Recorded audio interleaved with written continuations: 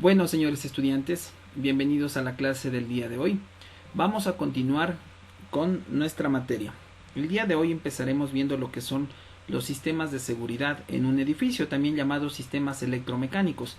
Esto es parte de su tarea 1, sin embargo, se los voy a explicar el día de hoy. ¿Qué tenemos en un edificio? Sistemas de videovigilancia, sistemas de intrusión, sistemas de detección de incendio, sistemas de control de visita, que pueden ser manuales o automáticos, biometría, relacionado a lo que son los sistemas de control de acceso biométrico, gestión del Departamento de Recursos Humanos, que proveen los listados del personal que tiene autorización para ingresar al edificio, gestión adecuada de iluminación, es decir, con luces automáticas en los pasillos donde se tiene puntos ciegos con las cámaras de videovigilancia o donde el guardia de seguridad no puede acceder durante determinadas horas de labor. Sistemas de climatización que nos permiten tener el aire acondicionado adecuado con la temperatura adecuada dependiendo de la localidad donde se encuentren. Asimismo, en los parqueaderos también se tiene unos condensadores que permiten succionar el aire contaminante generado por los vehículos. Estos sistemas de climatización nos permiten descongestionar esta contaminación para que no sea nociva para el ser humano. También se tiene controles de ascensores, lo que es las reservas de aguas grises, sistemas de bombeo automático, deslastre de cargas, es decir, la carga que se tiene por un determinado piso, dependiendo del número de personas que trabajen en el área determinada. También se tienen los sistemas de medición de energía, o también aquí podemos hablar de los sistemas de contingencia eléctrica, sistemas de control de acceso, y como les había manifestado, todo esto genera lo que es la gestión de la seguridad electromecánica en un edificio. Entre ellos, cabe mencionar los sistemas de control de acceso con molinetes en terminales terrestres, terminales aéreas, sistemas de control de acceso de puertas giratorias en paradas de buses, donde aquí el guardia de seguridad obviamente no puede controlar, pero se utiliza este tipo de mecanismos en las entradas a los estadios, conciertos, para facilitar el trabajo del guardia de seguridad. Sistemas de control de acceso en aeropuertos. Aquí tenemos un detector de metales, un control de acceso, y la puerta donde tenemos a la persona ingresando se llama una esclusa. Acá en la parte inferior derecha podemos observar de igual forma una persona pasando por la esclusa. Acá tenemos otros ejemplos de esclusas y también la banda de rayos X para el control del equipaje en un aeropuerto. Los sistemas de videovigilancia nos permiten el monitoreo de pasillos con cámaras de tipo domo de 180 grados, de 360 grados para interiores. Tenemos las salidas de emergencia que también son monitoreadas por cámaras tipo domo, ¿no? Vigilancia en los estacionamientos que nos permiten aquí las cámaras tipo bala tener una proyección de una visualización acorde a la distancia que se tenga con el parqueadero. Estas cámaras son de alta resolución. Gestión de acceso de vehículos, ¿no? Tenemos barreras, filtrado de lista negra, listas VIP, personas que son protegidas. Aquí también tenemos cámaras de seguridad tipo PTZ que se encargan de grabar la placa del vehículo para poder controlar quién ingresa en el momento de una visita. Monitoreo de lobby también con cámaras de tipo 180 grados o 360 grados. Seguimiento móvil incorporado, que es cámaras móviles de alta definición para diferentes tipos de vehículo. Estas cámaras permiten hacer un zoom tanto horizontal como también movimientos verticales.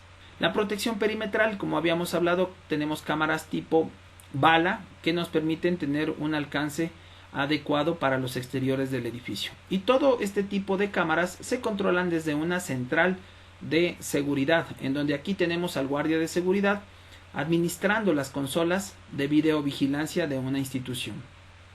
Este es un gráfico ya más técnico de lo que es el funcionamiento de las cámaras de seguridad, como es el tener un DVD o DVR, ¿sí? En este caso, aquí tenemos ya un gráfico más técnico de lo que son los sistemas de seguridad en un edificio con cámaras de videovigilancia. Acá tenemos un dispositivo súper importante que es el DVR, ¿sí? Que me permite grabar los videos en formato digital.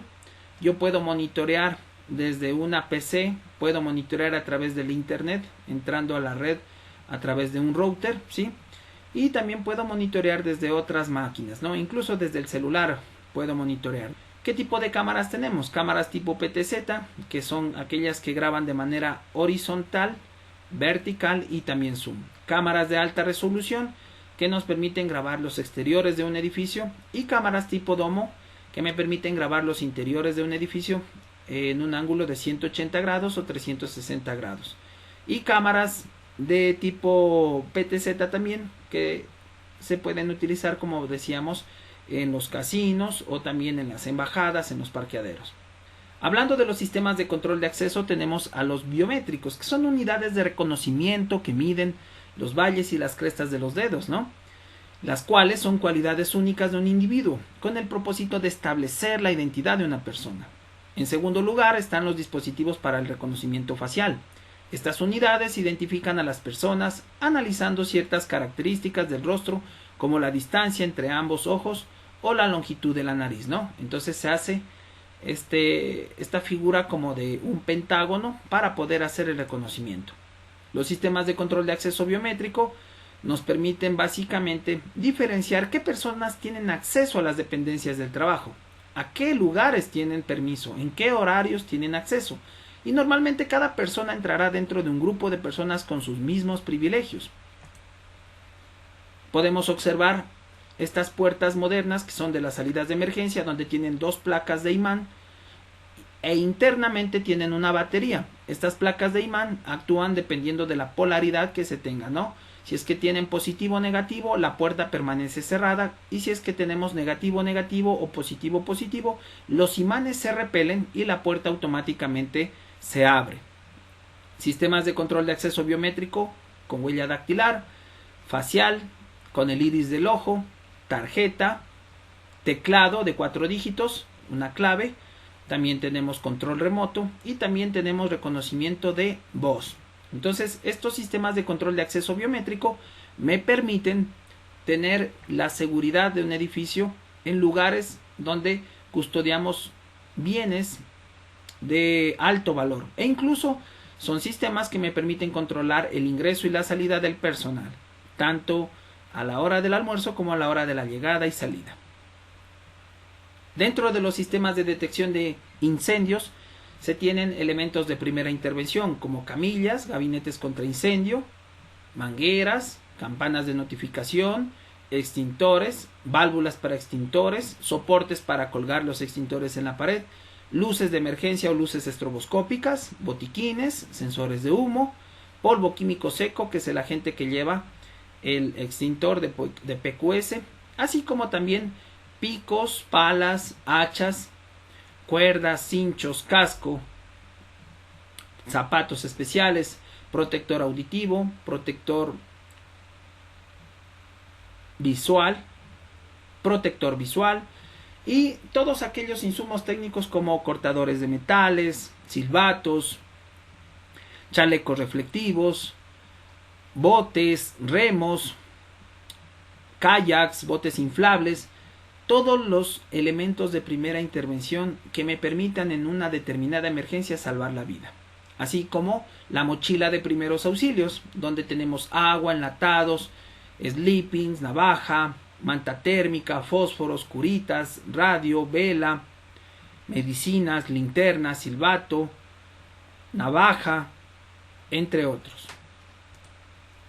Los sistemas de detección de incendios están compuestos por sensores de humo que mandan una notificación a la central. Esta central activa un anunciador o una luz estroboscópica, y estos también se pueden controlar a través de una estación manual, ¿no?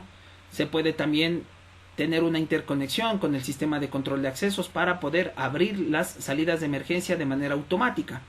Se tiene sensores de desbordamiento, discador telefónico, es decir, que son dispositivos que me permiten a través del celular controlar la central de incendios. Asimismo tenemos los sistemas de extinción de incendios, que son aquellos que me permiten tener un diagrama de lo que son los rociadores que pueden alimentarse de un tanque de abastecimiento por gravedad, es decir, a mayor altura, mayor fuerza o energía potencial gravitacional para poder proveer a los aspersores de una localidad. O también tenemos una bomba de presurización que actúa con una bomba contra incendios de una toma de agua principal, succionándola y proveyendo agua en la edificación donde yo quiero controlar el conato de incendio o incendio como tal. Los sistemas de extinción, como decíamos, son aquellos que tienen detectores de humo puntuales, aspersores, sistemas contra incendio como extintores PQS o CO2 y que me permiten controlar a través de una central de incendios qué dispositivos de extinción están activos en qué lugares y dónde yo debo de hacer sonar las alarmas, y si es que están atados al sistema de extinción me permitirán controlar el flagelo. El generador eléctrico es un elemento importante hoy en día dentro de las compañías porque en el caso de que se vaya la luz tenemos una contingencia eléctrica. La contingencia es lo que me permite hacer un procedimiento alternativo a las operaciones normales de la organización con la finalidad de darnos unas horas o minutos determinados para yo poder dar la solución a un problema. Un generador eléctrico para un edificio de 10 pisos me da una contingencia alrededor de 4 a 5 horas de soporte eléctrico para que yo pueda evacuar el edificio sin interrumpir las operaciones del mismo de manera brusca, de tal forma que esto garantice que los equipos del edificio a nivel de todo lo que es la infraestructura y los demás bienes sean apagados de manera adecuada hasta que se restablezca el servicio con el proveedor de energía eléctrica. Tenemos sistemas de intrusión que me permiten a través de detectores, si es que se rompe un vidrio, se prende una sirena a través de un panel. Entonces tenemos detectores de movimiento, detector de movimiento antimascotas, porque también en ocasiones una rata o un gato se cruza por el detector de movimiento, y en este caso lo que se hace es tomar una foto y comparar la silueta de estos animales para contra una base de datos determinar que no es un intruso sino que es un animal. El sistema de intrusión se arma y se desarma con el teclado, ¿sí? Tienen sus baterías de respaldo, también se atan al botón de pánico que puede tener una recepcionista, una cajera, una secretaria para poner en alerta el edificio en el caso de que su vida corra peligro por un intruso, ¿no? Se puede tener accesorios inalámbricos para activar el sistema de intrusión y además se tienen sirenas que se van a activar el momento de que estos dispositivos, así como los dispositivos fotoeléctricos, detecten la interrupción de este infrarrojo para que las sirenas se prendan, ¿no? También pueden estar atados al sistema de detección de incendios y de esa forma poder controlar la presencia de personas no autorizadas en un edificio. Continuando con la materia de este curso, hemos hablado de lo que es la conceptualización de la gestión de riesgos. Todo el tiempo hemos hablado de lo que es peligro y riesgo. Peligro no es lo mismo que riesgo. El peligro es algo que está presente. Ejemplo, una ventana rota es un peligro, un piso mojado es un peligro, una licorería es un peligro. Pero si es que yo no tomo las medidas de precaución el momento que esté frente a ese peligro, corro algunos riesgos. ¿Y cómo se define el riesgo? Es la probabilidad de que ocurra un evento adverso en función de una amenaza y la vulnerabilidad. Entonces, una ventana rota, ¿qué riesgos me genera? Cortarme la mano, que se produzca una inundación, que se entre una plaga como una rata o que se entre por esa ventana rota un individuo, un intruso. Entonces, peligro es algo que está presente, pero el riesgo es la probabilidad de que ocurra algo en función de esa amenaza, de ese peligro. La amenaza es un factor externo de riesgo que está representado por la potencial ocurrencia de un suceso de origen natural o generado por la actividad humana, que puede manifestarse en un lugar específico con una intensidad y duración determinadas. Las amenazas son factores externos, como dice el concepto, que no dependen de nosotros. Entre ellas tenemos tsunamis, sismos, erupciones volcánicas, o amenazas antrópicas que son generadas por el hombre, como accidentes industriales, incendios, violencia intrafamiliar, delincuencia común, contaminación, entre otras. ¿Qué es la vulnerabilidad? La vulnerabilidad es un factor interno de riesgo de un sujeto, objeto o sistema expuesto a una amenaza. La capacidad son los medios con los que cuenta una comunidad, una persona, un equipo, para enfrentar una emergencia o desastre. Es decir, la capacidad en una persona que recibe un curso de manejo de armas va a diferenciar con el del resto de personas. Por ejemplo, una persona puede ser muy ágil el momento de manejar un arma. Una persona puede ser muy ágil el momento de manejar un arma. Otra persona puede ser más paciente, pero tiene mejor puntería. Otra persona puede ser más calmada para utilizar un arma. Y otra persona puede tener una mejor visión, que le permitirá dar en el blanco sin ningún problema. Es decir, cada una de las personas tenemos capacidades diferentes. Y esas capacidades tenemos que utilizarlas en el momento de que se presente una emergencia. ¿Qué es una emergencia? Es una alteración de las condiciones normales, causada por un evento que requiere la reacción inmediata de la sociedad, con sus propios recursos. ¿Qué es un desastre? Son alteraciones intensas en las personas, en los bienes, los servicios y el ambiente, que son causadas por eventos adversos que exceden la capacidad de respuesta con sus propios recursos para reducir su impacto y poder recuperarse. Alteraciones intensas en las personas. Tenemos asesinos o criminales en serie.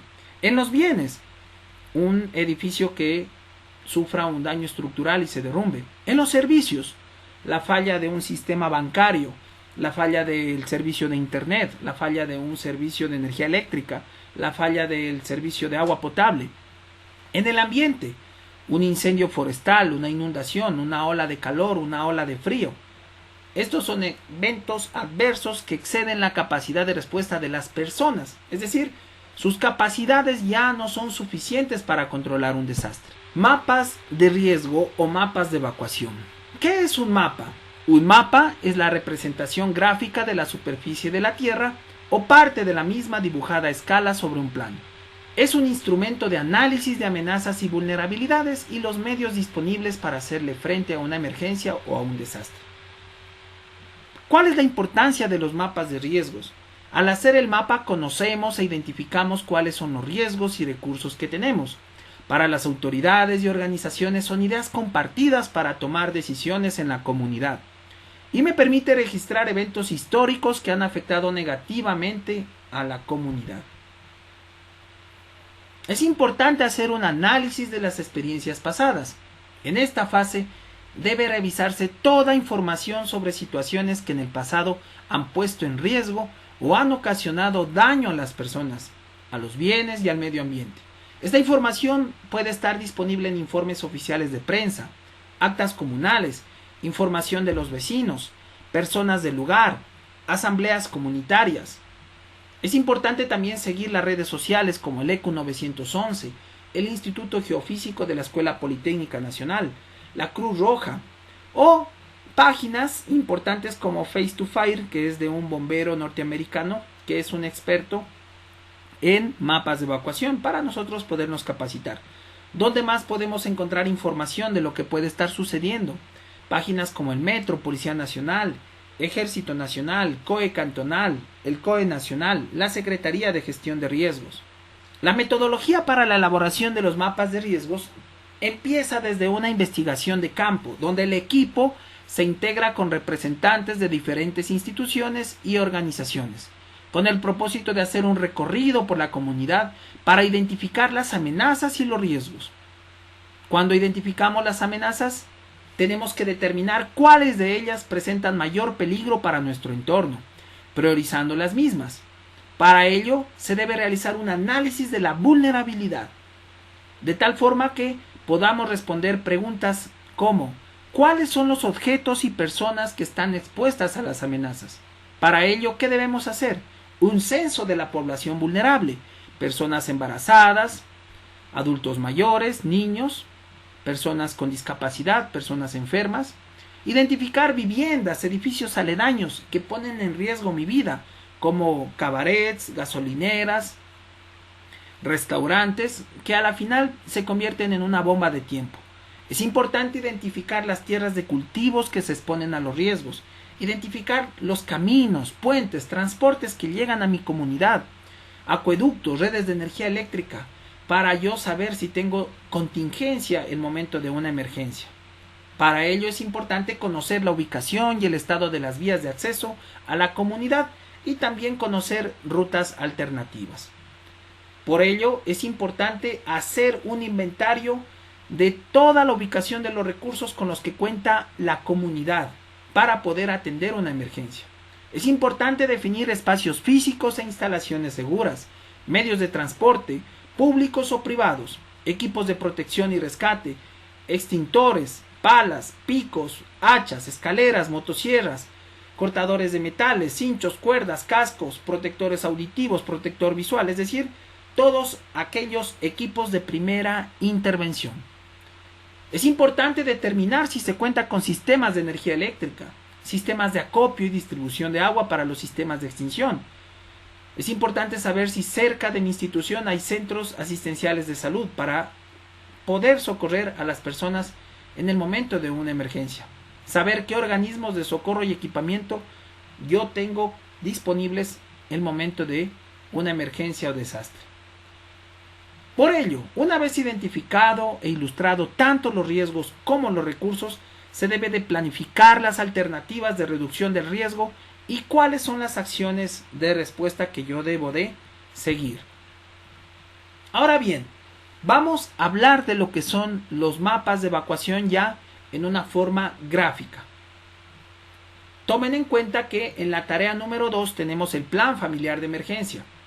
Dentro del plan familiar de emergencia tiene que estar diagramado el mapa de evacuación. Es importante por ello que hagan una captura de pantalla de esta imagen para que ustedes puedan desarrollar los mapas de evacuación que vamos a hacer incluso como tarea el día de hoy. Vamos a ver 2 casos de estudio. Antes de pasar a ver los casos de estudio, vamos a ver lo que son los mapas de evacuación, cuántas zonas tiene un mapa de evacuación. La primera zona de un mapa de evacuación corresponde a la distribución de la edificación. Cómo está sus oficinas, su baño, su comedor, su sala, su cocina, es decir, todas las oficinas o áreas que tenga la edificación. Esta es la zona número 1. Luego tenemos la zona número 2, que es la ubicación donde el mapa de evacuación está prácticamente pegado en la pared. Esa zona se llama usted está aquí, es decir, es el lugar donde yo estoy leyendo el mapa de evacuación. La zona 3, tenemos el croquis de localización, es decir, en el barrio, en qué calles está ubicada la edificación. En este caso acá tenemos la zona 3, está ubicado en una calle A y en una calle B, con su determinado punto de encuentro. La zona número 4 es el lugar donde están los teléfonos de emergencia. 101 Policía Nacional, 102 Bomberos, Cruz Roja, 131 y las emergencias en general, el 911. Zona número 5. En la zona 5 tenemos las referencias, convenciones, simbología o también conocido como leyendas. Aquí va toda la simbología que yo debo de dibujar y representar en la zona 1 de mi mapa. Es decir, si yo tengo un extintor, tengo que dibujarlo en el mapa, pero tengo que tener especificado la leyenda de mi extintor. Yo no puedo dibujar aquí nada que yo no tenga. Si yo no tengo una camilla, no tengo por qué dibujar esa camilla aquí. Y un error de los mapas, ¿cuál sería? A veces ponemos aquí un símbolo que acá jamás se va a utilizar. O ponemos acá un símbolo en la zona 1, pero en la simbología no lo dibujé. Por otro lado, es importante que ustedes tomen en cuenta que yo no puedo poner en el mapa de evacuación un recurso con el que yo no cuento. Eso no puedo hacer. Por otro lado tenemos la zona número 6, donde están las recomendaciones que tiene que dar el brigadista o que vienen impresas como tal en el mapa. Mantenga la calma, identifique al brigadista, no corra, no empuje, camine por las rutas de evacuación, diríjase al punto de encuentro, mantenga la distancia, etcétera, etcétera. Entonces, este es un mapa de evacuación. De manera similar tenemos que elaborar uno que represente nuestra vivienda y que va a ser parte de la tarea 2 dentro del plan familiar de emergencia. Hagan una captura, nuevamente repito, en 3 segundos. 3, 2, 1. Perfecto. Ahora vamos a ver nuestro primer caso de estudio. Pongan en una hoja de cuaderno caso de estudio número 1, pongan la fecha y pongan su nombre. Esto va a ser calificado. ¿En qué consiste este caso de estudio número 1? Aquí tenemos un mapa de evacuación de una unidad educativa. Aquí tenemos el salón A4 y ustedes están aquí como docentes. En este salón están 10 niños que tienen 9 años. Están recibiendo la clase. ¿Qué es lo que pasa en ese momento? Se produce un cortocircuito en un artefacto eléctrico y por ende tenemos un conato de incendio. En ese caso, lo que van a hacer es resolver estas 4 preguntas que aparecen en el lado izquierdo de la pantalla sin dibujar el mapa de evacuación. No tienen que dibujar el mapa de evacuación, si no, no terminamos el caso de estudio pronto. La primera pregunta que deben resolver en su cuaderno dice: ¿se prende automáticamente el sistema de alarmas producto del conato? Diga sí o diga no y explique el por qué. Entonces la pregunta es clarísima. Si ya tenemos humo que está saliendo de este microondas, ¿se prende o no se prende el sistema de alarmas? No está preguntándole si es que usted tiene que prender el sistema de alarmas, sino que le dice: ¿se prenderá el sistema de alarmas de forma automática? La pregunta número 2. ¿Qué haría usted para gestionar este riesgo? ¿Qué haría usted para gestionar este riesgo? Es decir, usted corre, usted se lanza al piso, se lanza por la ventana. ¿O qué haría usted para poder gestionar este riesgo? Tomando en cuenta que es un conato y que aquí tiene a 9 niños de 10 años en el salón A4. Tercera pregunta, detecte errores en este mapa. Un error, por ejemplo, es que aquí en las convenciones está dibujada la camilla, pero acá en el mapa no está dibujada la camilla. Ese es un tipo de error que podemos encontrar en el mapa. Cuarta pregunta, proponga mejoras para el mismo. ¿Qué mejorarían ustedes en este mapa para que el proceso de evacuación sea el más eficiente? Y obviamente se mitigue los riesgos a los cuales las personas están expuestas. Para resolver este primer caso de estudio vamos a tener un lapso de 10 minutos. Hagan una captura de pantalla de este caso, por favor, en 5 segundos. 5, 4, 3, 2, 1 y 0. Avancen con la resolución de estas preguntas. Repito, no tienen que dibujar el mapa. Muy bien, vamos a proceder con el caso de estudio número 2. En su hoja de cuaderno pongan caso de estudio número 2. De igual forma su nombre. En este caso vamos a tener una unidad educativa en este mapa de evacuación. Este salón de actos que ustedes miran acá arriba es un salón de actos que el Ministerio de Educación construyó a esta unidad educativa con tecnología de punta, con un rack de computadores que cuesta $18,000 y este salón de actos tiene un aforo de 40 personas, es decir, la capacidad máxima que soporta este edificio. En este edificio tenemos tecnología de punta y esta tecnología es administrada por este rack. En este caso vamos a ver un caso de estudio de nivel 2 de un guardia de seguridad llamado escolta VIP. ¿Ya? VIP ¿Qué significa la palabra VIP? VIP significa persona muy importante o very important person, que también en el ámbito de guardias de seguridad se conoce como PMI, es decir, mi protegido, persona muy importante. Aquí le tenemos al escolta VIP, que en este caso son ustedes. Van a ser el guardia de seguridad que ya tiene aprobado el nivel 1 y por ende el nivel 2. Por lo tanto, ya pueden trabajar como escoltas VIP de una persona. En este caso tenemos aquí al ministro y aquí tenemos a los 40 periodistas que están en el salón de actos esperando el discurso del señor ministro.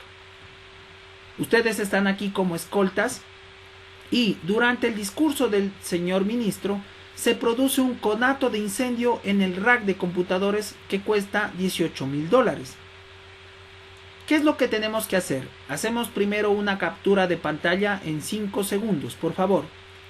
5, 4, 3, 2, 1, 0. Y vamos a contestar las siguientes preguntas. Primero, ¿qué haría usted como guardia de seguridad de nivel 2 para gestionar este riesgo? ¿Qué haría usted para gestionar este riesgo? Segunda pregunta, detecte errores en este mapa. Tercera pregunta, proponga mejoras para el mismo. Y cuarta pregunta, encuentre un hacha. Tienen que encontrar un hacha en este mapa de evacuación. Ok, continúen por favor. A continuación vamos a hablar del plan de emergencia institucional. Con la información derivada del proceso anterior, con todo lo que hemos aprendido durante estas clases, podemos entonces iniciar la cuarta fase del proceso, que es la elaboración del plan de emergencia institucional. Para ello empezamos definiendo lo que es un plan. Un plan es una intención o un proyecto. Se trata de un modelo sistemático que se elabora antes de realizar una acción, con el objetivo de dirigirlo y encauzarlo. En este sentido, un plan también es un escrito que precisa los detalles necesarios para realizar una obra.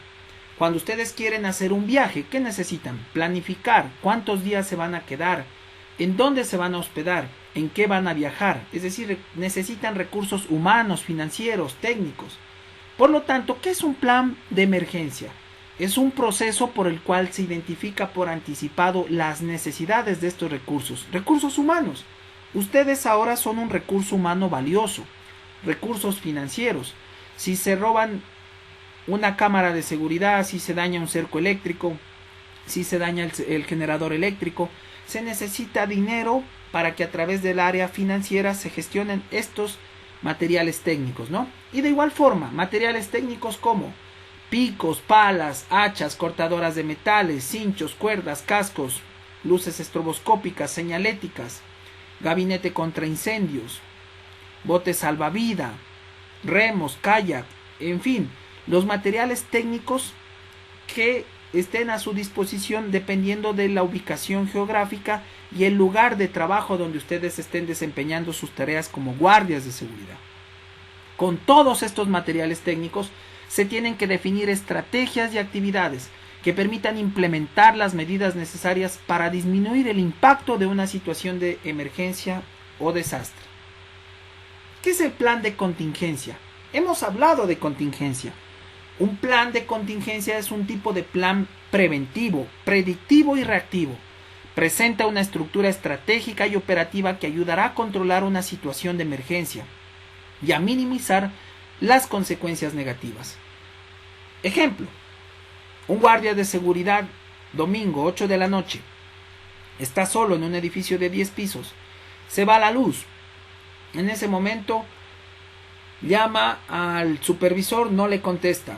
Llama al administrador del edificio, no le contesta. Entonces seguía en el plan de operaciones o también en el plan de contingencia. ¿Y qué dice el plan de contingencia o el manual de operaciones? En caso de que se vaya la luz, llame a sus superiores, ya lo hizo. Si no contestan, ¿qué tenemos que hacer? Vaya al subsuelo 2 del edificio donde está el generador eléctrico. Verifique si se encendió. Si no está encendido, inténtelo encender de forma manual. Si no se prende, verifique la carga de combustible. Si la carga de combustible es nula, vaya a la bodega número C, abra la bodega, retire el diésel de la bodega y cargue el generador e intente volver a prenderlo. Si se prende, pues las operaciones de la edificación continuarán por un lapso de 4 a 5 horas dependiendo del tamaño del edificio y del generador. Y notifique o intente notificar nuevamente a sus superiores para que el problema sea conocido y se ponga en aviso sobre esta novedad presentada durante su jornada de trabajo. El plan de contingencia entonces propone una serie de procedimientos alternativos al funcionamiento normal de la organización, cuando alguna de las funciones usuales se ve perjudicada por una contingencia, sea interna o externa. Entonces, ¿qué es un plan de reducción de riesgos? Es un documento que elabora una autoridad, un sector, una organización o una empresa para establecer metas y objetivos específicos para la reducción de los riesgos de desastres, sean naturales o antrópicos, conjuntamente con las acciones afines para la consecución de los objetivos trazados. El plan de reducción de riesgos lo que me permite es tener una visión clara de todos los recursos con los que cuenta una entidad. Sí, de todos los recursos que debe de tener una entidad, señalética, luces estroboscópicas, gabinete contra incendios, extintores, la entidad tiene una lista de 100 elementos, pero de ellos únicamente tiene 40.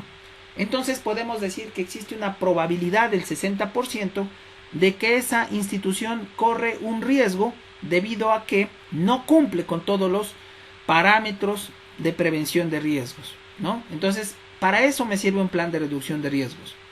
¿Qué es un plan de emergencia familiar? Es el conjunto de actividades que debe realizar una familia con el fin de identificar y reducir los riesgos que afectan negativamente su bienestar y realizar los preparativos para actuar adecuadamente en el caso de que se presente una emergencia.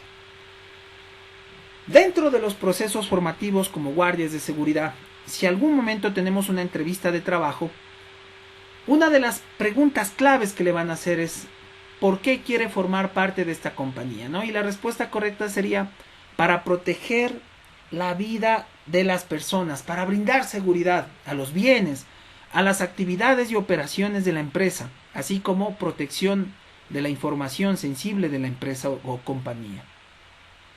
¿Cuáles son los objetivos de un plan de emergencia y evacuación? Preservar el normal funcionamiento de las instalaciones mediante la detección y eliminación o control de los riesgos potenciales que pueden originar una emergencia y evacuación. Se debe recuperar la capacidad operativa de la organización controlando o minimizando los efectos de una emergencia, poniendo en práctica las normas y procedimientos preestablecidos para cada situación de emergencia a cubrir. El control de la emergencia y la evacuación del personal tiene que ser efectuado por grupos operativos debidamente instruidos con conocimientos de sus tareas, facultades y responsabilidades. Entonces, el plan de emergencia es un documento escrito que contiene un conjunto de actividades y procedimientos para controlar una situación de emergencia en el menor tiempo posible, para recuperar la capacidad operativa de la organización. La probabilidad del éxito disminuye en la medida en que pasa el tiempo. El plan de emergencia institucional describe acciones que deben ser tomadas en caso de presentarse eventos de amenazas naturales o creadas por el ser humano para la protección de los bienes. Está diseñado para prevenir cuando sea posible y ayudar a controlar incidentes que no puedan ser prevenidos y causen el mínimo daño posible. El plan de emergencia institucional no solamente tiene que verse como un documento escrito e impreso y que esté aprobado, sino tiene que verse como un documento que esté difundido, que haya sido probado, que se hayan hecho simulacros y que se haya capacitado al personal para poder hacerle frente a una emergencia o desastre de manera más profesional y que me permita de una forma preventiva mitigar el riesgo para poder salvar la vida de las personas. Tipos de emergencia. Emergencia menor. Es cualquier acontecimiento que sin poner en peligro la vida de las personas representa riesgos de daño a la propiedad o medio ambiente. y que está dentro de la capacidad de control de la brigada de autoprotección o de la misma persona. Ejemplo, una persona se choca en su vehículo pero sale ileso. Emergencia moderada es cualquier condición que ponga en peligro la vida de las personas y representa riesgos de daños a la propiedad y o medio ambiente y que estando dentro de la capacidad de control de la brigada de autoprotección requiere limitada ayuda externa. Ejemplo, se choca usted en un vehículo, se golpea la cabeza, la frente tiene una saturación, entonces hay que llamar al 911 para que a usted le atiendan. Emergencia mayor es cualquier condición que pone en peligro la vida de las personas y representa riesgos de daños a la propiedad y o medio ambiente, rebasando los recursos de las brigadas, rebasando su capacidad, que requiere ayuda externa de las organizaciones de prevención y atención de emergencias. Ejemplo, un accidente de tránsito, se choca una persona contra otro vehículo, en el otro vehículo sufren daños considerables el vehículo y las personas quedan inconscientes. En el caso suyo, usted también queda atrapado en el vehículo, tiene algunas fracturas, algunas lesiones y requiere la intervención de una organización de prevención que atienda de manera adecuada esta emergencia como el 911. Hemos hablado de las emergencias y vamos a clasificarlas por su origen, en naturales, meteorológicas o climáticas. ¿Cuáles son estas? Huracanes, vendavales, granizadas, tormentas eléctricas, inundaciones, sequías, olas de calor, olas de frío, incendios forestales. Geológicas, ejemplo, terremotos, sismos, temblores, maremotos, erupciones volcánicas, deslizamiento de tierra o de lodo, aluds, avalanchas. Biológicas, como epidemias y plagas. Tecnológicas, incendios, explosiones por daños estructurales, escapes de vapores tóxicos, derrame de sustancias químicas peligrosas, fugas de gases o vapores tóxicos peligrosos, accidentes con maquinaria o equipos, accidentes de tránsito, caídas de altura, radioactividad, atrapamientos, intoxicación alimenticia. Sociales, tenemos amenazas de bomba, atentados con proyectiles, asaltos, atracos, robos, secuestros, extorsiones, matanzas, violaciones, guerrillas paramilitares, concentraciones de personas, conflictos sociales, desorden civil, acciones de vandalismo. Es importante que las organizaciones tengan un comité de emergencia y el comité de emergencia tiene algunos niveles, entre ellos el nivel directivo, que son las grandes autoridades, el gerente, el ministro, el subsecretario, que deben de proveer los recursos financieros necesarios para enfrentar una emergencia, identificar los recursos físicos importantes, como para determinar la capacidad de respuesta instalada y cuáles son los valores críticos a salvaguardar de la institución, la bóveda, algunos bienes, en fin.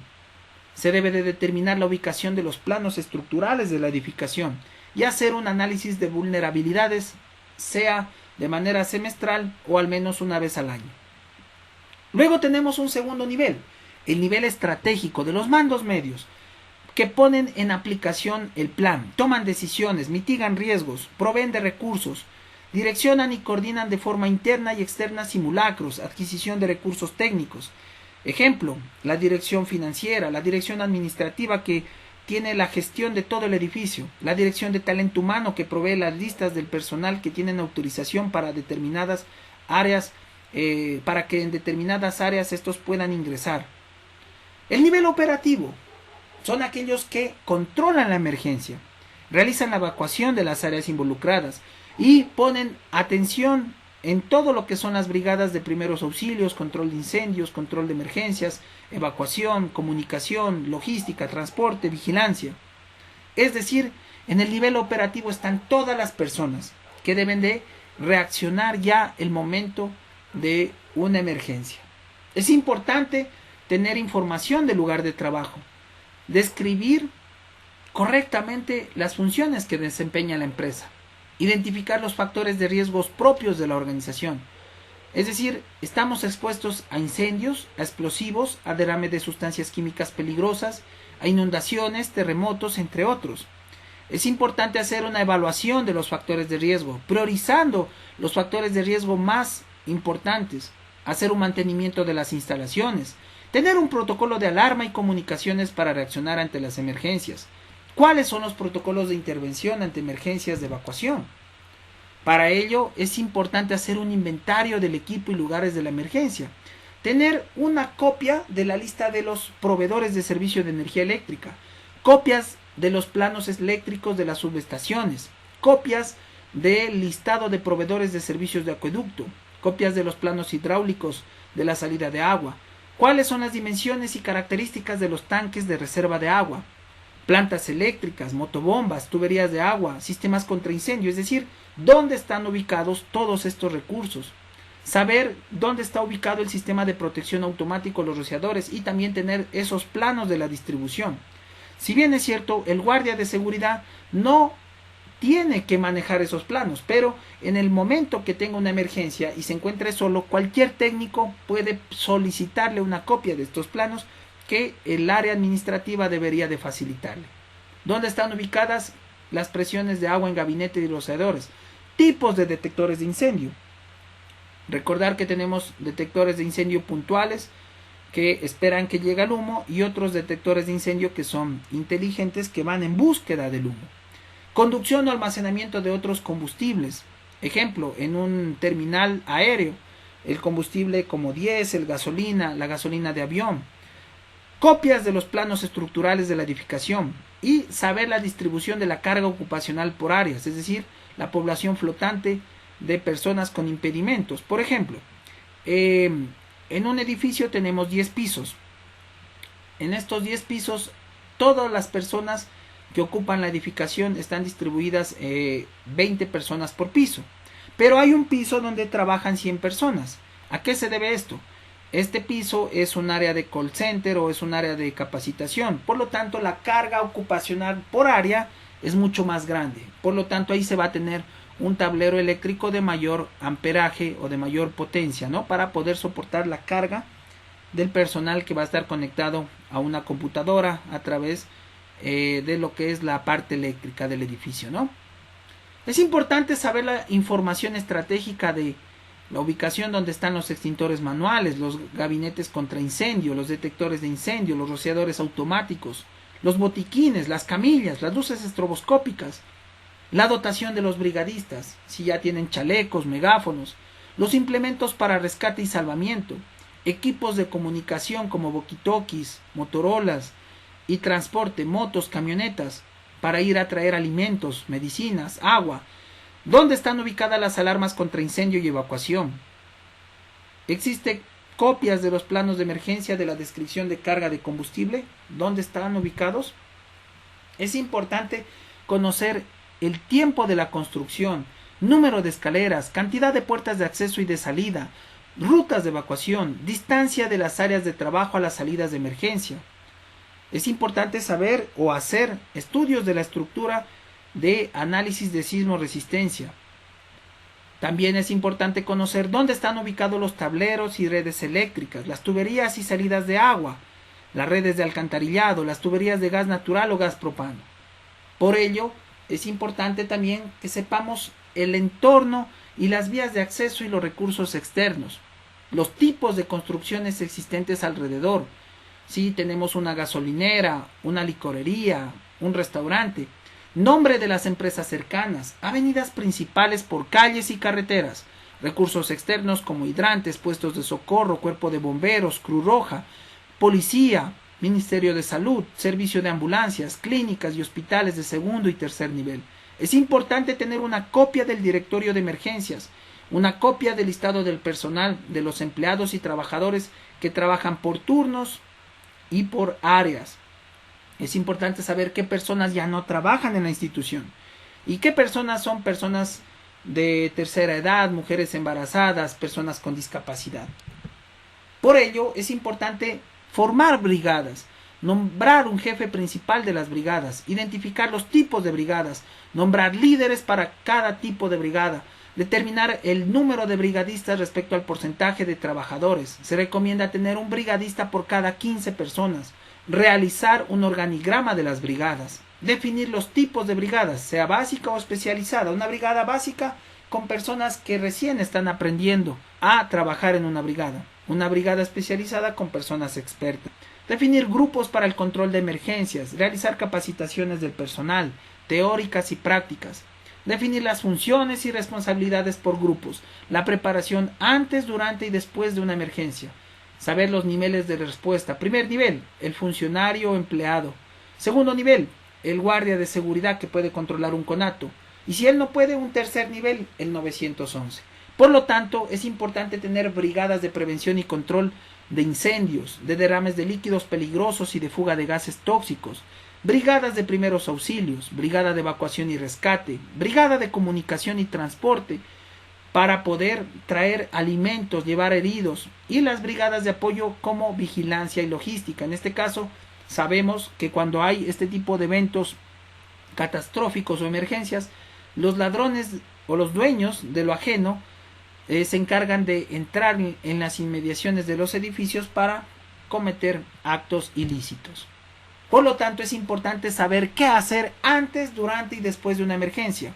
Qué hacer en caso de un terremoto, conato de incendio, derrames y de fugas de agua o gases tóxicos, peligros de explosión por concentración de gases o incremento de presión en equipos. Cómo actuar en caso de amenazas de bomba, llamadas de terroristas, extorsión, procedimientos en caso de carros o paquetes bomba, riesgos por huelgas, sazonadas, vandalismos o saqueos, inundaciones o avalanchas, peligros de material radioactivo, intoxicación con alimento o por sustancias químicas peligrosas. ¿Qué hacer antes, durante y después de la evacuación? Definir procedimientos para evacuar al personal. Definir el procedimiento en caso de incendios. Prioridades para la evacuación por áreas, por personas. Prioridades del personal. Procedimiento en caso de quedar atrapado por un incendio.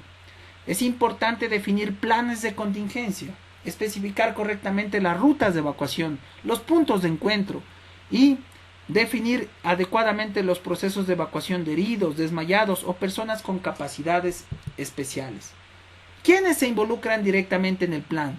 La gerencia, el comité de emergencias, el comité paritario, los brigadistas, las personas en tránsito, es decir, los visitantes, los empleados en general, los guardias de seguridad, los proveedores de la institución. ¿Con el apoyo de quién?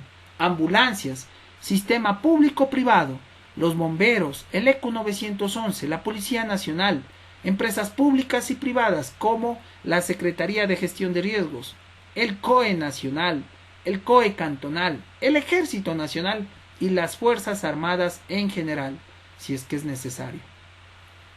Muy bien, hemos llegado a la parte final de la materia. Como ustedes saben, tenemos dos tareas subidas en la plataforma Edmodo. El uno, que es un video que habla de los sistemas electromecánicos de seguridad, que hay que mirarlo en YouTube. El link está en la plataforma y tenemos que contestar 25 preguntas. Y la segunda tarea es el plan familiar de emergencia, para lo cual tienen que desarrollar el mapa de evacuación de su casa y contestar las 6 páginas que están en la plantilla de Excel, que está también subido en la plataforma de Edmodo. Tanto la tarea 1 como la tarea 2 se deben de presentar en la plataforma Edmodo. Esas tareas no tienen que entregarse por correo electrónico ni tampoco por WhatsApp. Entonces, esas son las tareas, jóvenes. Por favor, continúen con sus tareas, no más de plazo máximo de unos 2 o 3 días para que puedan subir a la plataforma y en mi caso yo pueda calificar estas tareas y poder emitir el informe al área de coordinación académica con las notas respectivas de aprobación del curso. A continuación vamos a pasar a la fase de preguntas. ¿Alguien tiene alguna pregunta, por favor, jóvenes?